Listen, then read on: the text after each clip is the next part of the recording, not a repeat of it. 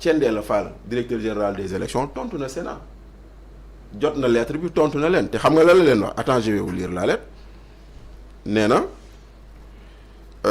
monsieur le président par correspondance citée en référence vous avez invité la direction générale des élections à prendre en relation avec tout service concerné du ministre chargé des élections les mesures nécessaires pour faire tenir à la disposition du mandataire de monsieur Ousmane Sonko la fiche de parrainage, la clé USB ainsi que tout autre outil de collecte prévu par la loi.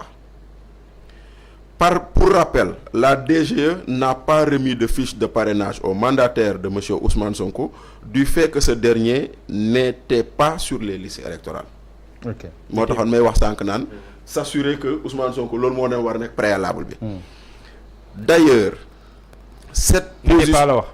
n'était pas. kon donc léegi mu ngi ci. waaw xaar mu ñëw d'ailleurs. Pour rappel, la DGE n'avait pas remis de fiche de parrainage au mandataire de monsieur Ousmane Sonko du fait que ce dernier n'était pas sur les listes électorales. Waaw. D'ailleurs, cette position de la DGE a été confirmée par l'ordonnance numéro 23 du 6 octobre du président de la première chambre administrative de la Cour suprême. À l'état actuel, monsieur Ousmane Sonko ne figure pas dans le fichier électoral. ok À l'état actuel. kon lii la DGE kon mu ngi xam ne à l'état ba léegi voilà à l'état actuel monsieur Sonko ne figure pas dans le fichier électoral.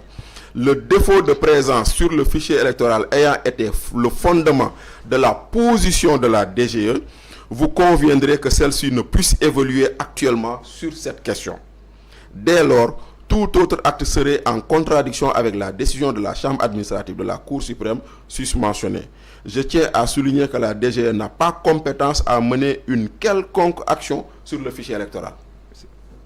bon loolu c'était lu nga xam ne lu bees la nga baal ma li nga wax nii. Oui. lii laa waxoon ne DGE lii la waroon njëkk a wax depuis le 20. Voilà. lii la waroon def parce que moom du moom mooy dugal di génne kuy dugal di génne mooy DAF. léegi xam nga. alors est-ce que non moom mënul joxe. alors te wax ko joxe li moo tax ma ne la Sénat dafa bëgg a leeral sénégalais yi du ko. Alaaji Fall lii moo tax c'est de bi mu njëkkee waa DAF ñoo war a def nii évolué. voilà DAF si droit bàyyi leen Bachir mu pare xam nga lii moo taxoon man ma doon wax naan la Sénat pour man la mission première c'est s'assurer que Sonko est dans le fichier électoral. mais est-ce que les avocats de Sonko wala waa kër Sonko yi bind nañ Sénat pour boole daaf ñoom kii lañ DG lañ boole. waaw d'accord xam nga. alors est-ce que li ñu war a laaj mooy est-ce que kañ boole lañ war a. non xam nga fu mu toll nii jiitu loolu. c'est-à-dire que la décision de justice de Sabassi s'adresse à la DGE pas à la DAF. est-ce que du foofu la vice bi nekk. non pas DGE moom dafa bind rek ne. pas bindul DGE de. kan la wax Sonko. service man daaf ki non mais wala ministère. Fally ça dépend su dee ministère ça change tout. wala Fally que préfet la jox. Fallou oui yi nga lii dañoo nekk di wër rek gis nga mbiri la DAF avocat Ousmane Sonko yi ñoom defal nañ ko signification de l'ordonnance du juge. non ça c'était la DGE.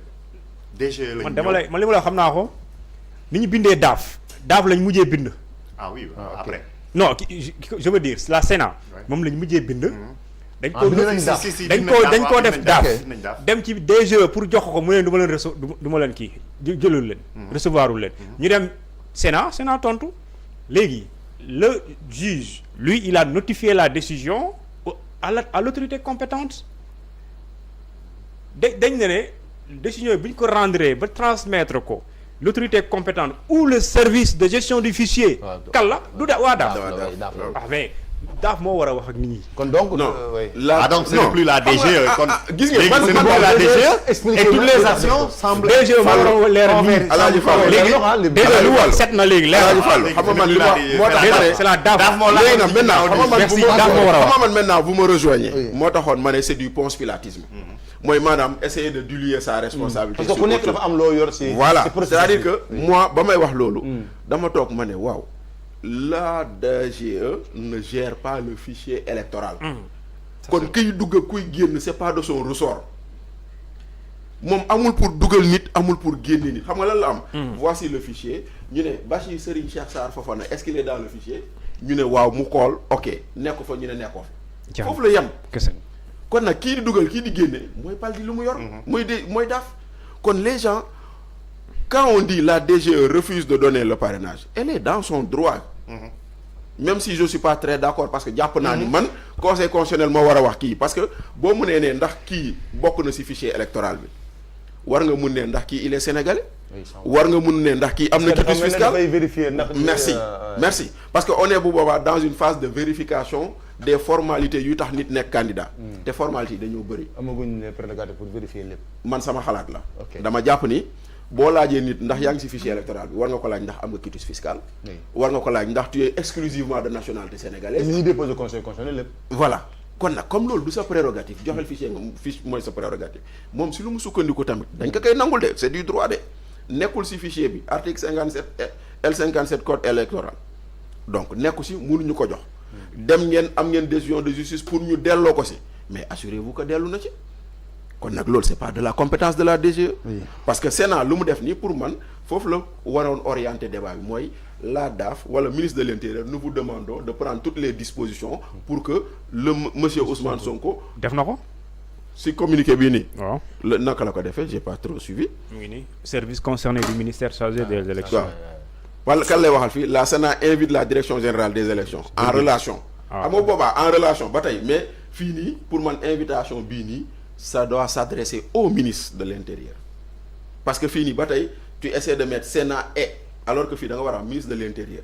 il aurait dû même dire DAF parce que DAF lay waxal. on sait. donc loolu mooy benn deuxièmement dans cette opération là. non DAF la war a waxal mais vous oubliez qu'il y a une saisine. c'est-à-dire que des gens qui ont la compétence qui sont avocats juristes ñoom ñoo su fekkente ne ñoom ñoo viser la direction la mauvaise direction loolu ñoom la. bul fàttali c'est un conflit. beneen bi pour terminer beneen bi comme je dis je pense que tey jii article 13 boobu Pape Demba di cité. fii nii. au cas où le DGE comme nu mu waxee nii bañ na. ni moom du joxe fiche. la Sénat ne peut pas se substituer à la DGE. ndaxte Sénat yorul fiche yorul clé USB bay koy joxe. actuellement nii. non mais na ko désaisir. comme na ko essayé xool day bañ. na ko essayé xool. wax naa la décision. non dama ne non léegi pouvoir de décision. d'accord fii nii dans cette la DGE mooy joxe clé. waaw d'accord mais c'est quoi la pertinence. waaw Sénat su dee am na le pouvoir légal de le faire. su jëlee kay 32 pages jox ko Ousmane Sonko ne ko def ci parrainage su demee conseil constitutionnel. waaw léegi lan mooy pertinence article 13 bi kon. non je dis ici. matériellement quoi je dis ici parce que xam nga par exemple. je donne un exemple. dans le cas où la Sénat se substitue. man je suis candidat à Vélingara Paldi est mon représentant dans le centre de vote de la mairie. ñu dàq ko ci bureau bi la Sénat peut le réintégrer dans le bureau. ak yu mel noonu ñu tere ko mu scruter yooyu Sénat mën na ko mais fii nii c'est une opération exclusivement dédiée à la DGE foofu moo tax foofu laay waxee en réalité maanaam. tax muy désaisir xam nga dañ ne dessaisissement et moo tax ma ne la mënuñ délier les deux.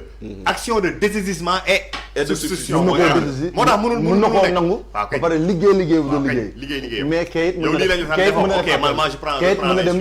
na bañ a d'accord saisir les juridictions mais bu ko saisiree du tee kee di doxal ba yëf yi di génn alors Fallou